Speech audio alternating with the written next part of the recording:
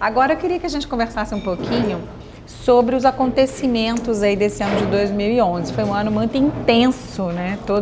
Aconteceram muitas coisas. E aqui a gente tem a maioria homens, no grupo também a maioria são homens ou mulheres, né? Sempre as mulheres predominam, inclusive na presidência do nosso país. O que vocês homens aí acharam da primeira presidenta, primeira mulher a assumir o cargo mais alto da nossa nação? Eu queria aproveitar e dar os parabéns às mulheres, né? Mulheres têm sido uma bênção para a nossa nação. Já na Bíblia, na Palavra de Deus, as mulheres se destacavam, né? Nós podemos ver Ana, Ruth, são histórias verídicas, lindas, né? Que marcam nossas vidas. Então, aproveitando esse bloco, parabéns à nossa presidente, parabéns às mulheres. A gente sabe assim, né, que a primeira mulher presidente do Brasil tomou posse em janeiro desse ano com discurso conciliador, apelos à oposição e agradecimentos a aliados. O primeiro ano de mandato de Dilma foi marcado por quedas de vários ministros. O primeiro a deixar o governo foi Antônio Palocci, em junho, que deixou a Casa Civil após suspeitas sobre o seu patrimônio. No embalo, Dilma trocou o ministro das Relações Institucionais, Luiz Sérgio. E no mês seguinte foi a vez de Alfredo Nascimento deixar o Ministério dos Transportes após ter o nome envolvido em suspeitas de corrupção. Ainda em julho, Nelson Jobim deixou o Ministério da Defesa. O motivo? Declarações que desagradaram Dilma, como a revelação de que votou em Serra em 2010. Wagner Rossi foi o quarto ministro a sair. Ele deixou o Ministério da Agricultura após uma onda de acusações que incluíram pagamento de propinas, influência de lobistas e aparelhamento político. Pedro Novaes, responsável pelo Ministério do Turismo, foi o quinto ministro a sair. Suspeito de usar dinheiro público para pagar sua governanta por 7 anos e de usar o motorista da Câmara para transportar sua mulher. Outra baixa no governo foi no esporte, com a saída de Orlando Silva, suspeito de participação no esquema de desvio de recursos do programa Segundo Tempo. E em dezembro, Carlos Lupe deixou o Ministério do Trabalho um mês após uma série de denúncias de irregularidades na pasta, declarações polêmicas e perda de apoio entre os colegas do PDT. E a gente é muito triste, né? A gente sabe que, infelizmente, corrupção no nosso país é muito grande, mas graças a Deus pelo menos está aparecendo, né? Ultimamente a gente tem percebido que parece que Deus está expurgando, né? Está espremendo e as coisas estão aparecendo. Eu creio que faz parte de um processo de cura, né? Resposta de oração, né? Resposta de oração. Como temos orado pela nossa nação, né? Outra coisa que marcou nosso país esse ano, né? No princípio do ano, foram as chuvas ali na região serrana do Rio de Janeiro, Teresópolis, aquela região, mais de 900 pessoas morreram. E a gente espera que esse ano não aconteça, né? Vamos orar para que esse ano não aconteça. Muitas tragédias, infelizmente. Vamos até resumir aqui as tragédias, né? A gente sabe que aconteceram o terremoto no Japão, que foi terrível, foi um terremoto com tsunami junto, né? Que foram... Como é que vocês assistem isso, assim? Qual é a reação de vocês a essas tragédias? Vocês, no momento, vocês oram? O que vocês pensam? A primeira impressão que dá é que a palavra do Senhor está se cumprindo mesmo, né? E tem que cumprir. Ao mesmo tempo, eu acho que a gente está muito preso a certas coisas e talvez não dê valor para isso. Acho que a gente quer sempre o eu, né? O nosso âmago, e esquece dessas coisas. A gente tem que orar, mas podemos fazer coisas maiores além da oração, né? De ajuda e tal. A gente teve uma coisa terrível também, que foi aquele massacre na escola de Realengo, que não dá para esquecer. Aquelas crianças que estavam ali na sala de aula, de repente, foram atacadas e várias crianças morreram. E aí? Não tem como falar de criança sem se emocionar. Eu vi essa notícia, eu e minha esposa, na hora, não tem como. Você tem que parar, orar pelas famílias, orar, né, por todo mundo que está ali envolvido, porque as crianças são chave, né, do nosso futuro. Elas são, né, o nosso futuro. E eu creio assim que, igual o Hugo disse, né, é um dos sinais de que nós estamos perto. Né? Jesus está perto, mas a gente tem que perseverar em oração, sabe? A gente tem que perseverar em oração. É verdade. Bom, teve uma coisa também assim, né? Super glamurosa, que foi o casamento real. E Vanessa, você é casada, Vanessa? Eu sou. Ah, já é casada. 6 meses. 6 meses, parabéns! E como é que foi o seu casamento? Foi mais ou menos parecido com o do William e a Kate? Foi cheio da glória de Deus. Mas foi lindo. Mas você é a princesa, filha do rei, você é uma princesa. Foi o casamento de uma princesa. Bom, então o casamento, né, gente, o mundo inteiro. É interessante, assim, que alguns eventos acontecem, o mundo inteiro para ver, né?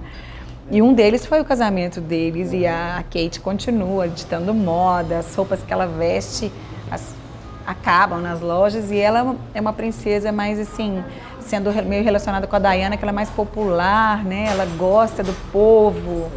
E são alguns acontecimentos, né? Eu acho que isso também é preparação para a volta de Jesus, que a Bíblia diz que todo olho verá. E como que todo olho do mundo inteiro vai ver? Vai ser transmitido. Né? Eu acho que assim, aí quem não for no arrebatamento, né? Quem não subir vai ser aquela confusão, né?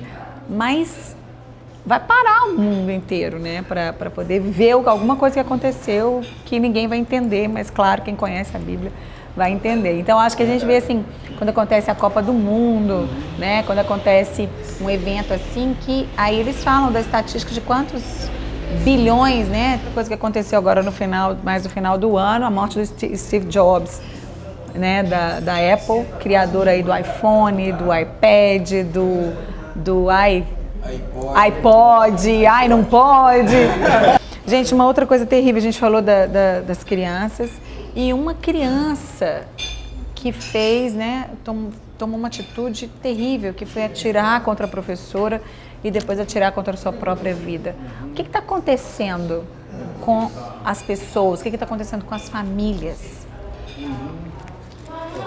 É complicado, né? A gente analisar, a gente pensa em muita coisa. A gente vê, por exemplo, lá em casa que tem também um manancial de crianças. Quantos filhos você tem? 5 filhos. Né? 5 filhos, tão jovem.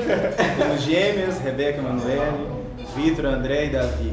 Delícia. Me ajudou a olhar as meninas. Ah, meu Deus. Mas... Coitadas, elas vão ter muito policial em volta. O pai mais 3, elas são as mais novinhas? São as mais novas. Meu Deus, 1 imagina. ano e 9 meses. Ai, que delícia. Mas nós que somos pais, a gente sempre tenta vigiar com aquilo que os nossos filhos estão tendo contato, estão assistindo.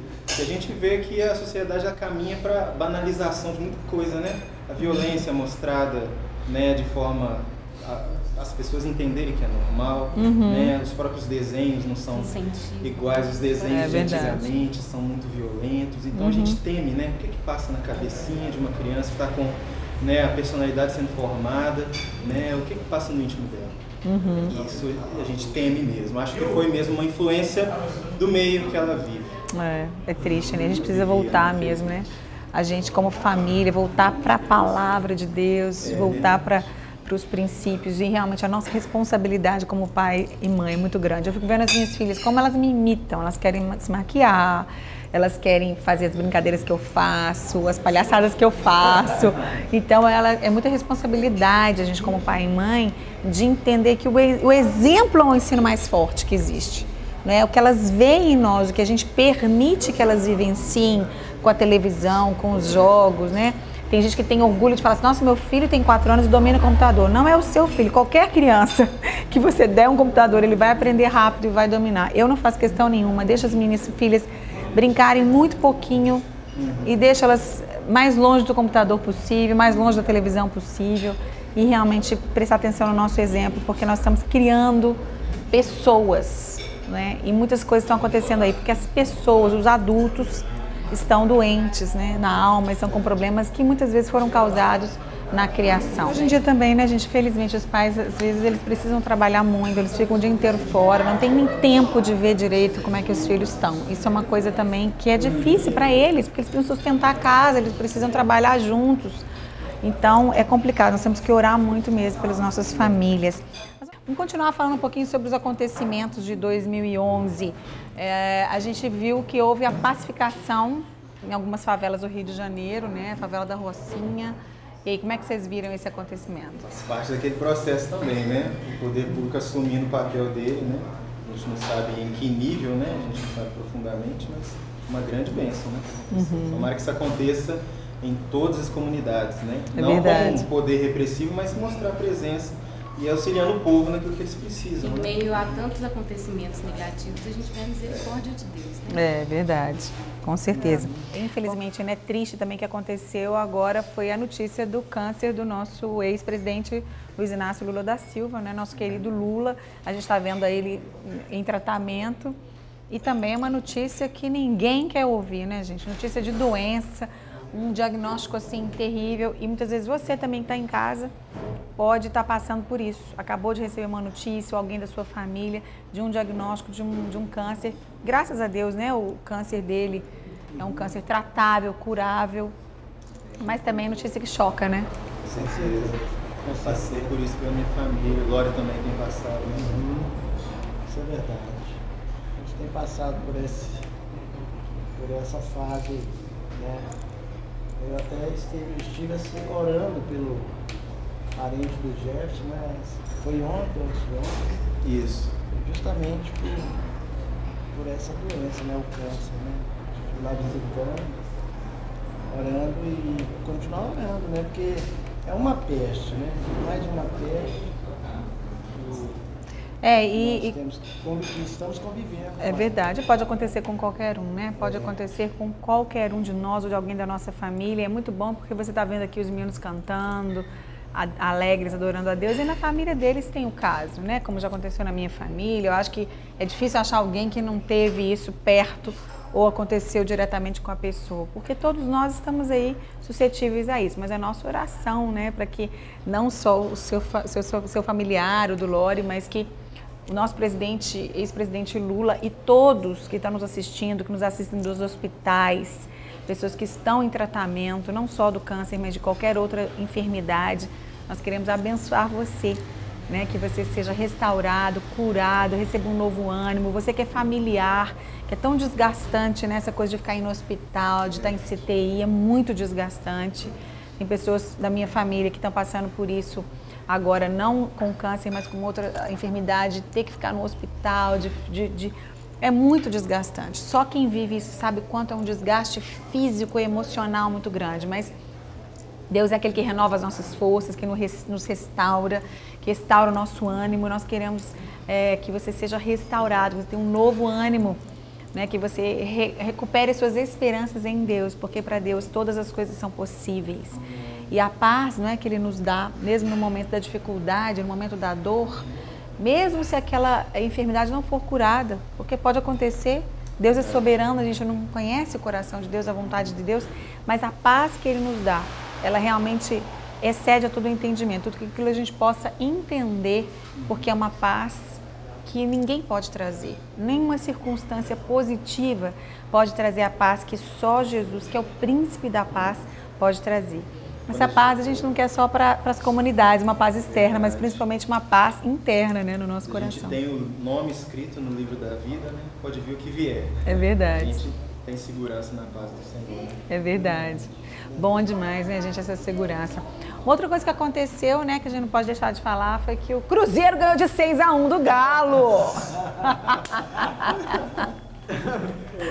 O Cruzeiro não caiu e ainda depenou o Galo, gente. Eu posso falar assim, claro, né? Eu tô aqui usando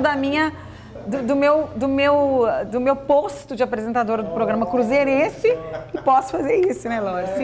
Desculpe, Lore. O esporte é super saudável, é essencial, né, para todo mundo, criança, incentivar as crianças, mesmo que não seja um esporte profissional, mas que seja um esporte para atividade física mesmo. Todos nós precisamos, né? E eu me emociono demais com esporte. Toda vez que eu vejo alguém competindo, você nem tá ganhando, assim, isso é uma coisa minha, assim, muito no meu sangue, a vida inteira pratiquei, estudei isso, né? Então, para mim, esporte é uma coisa fundamental e é muito bom. O Brasil teve um desempenho muito bom, parabéns para o nosso país. Que o governo continue incentivando o esporte, as categorias de base, não só o futebol. Graças a Deus agora o Brasil está abrindo para os outros esportes que antes era só futebol. Hoje você vai no campeonato de voleibol, os ginásios estão lotados. A gente teve agora em Belo Horizonte também a sede do Campeonato Internacional de Judô. Parabéns também, né, à nossa cidade por mais esse evento, porque traz divisas, né, traz dinheiro para a cidade, traz a possibilidade das pessoas conhecerem um esporte de elite, no sentido dos profissionais do mundo inteiro, dos melhores do mundo que vêm, e proporcionar esses momentos de diversão, né, para a família, coisas saudáveis.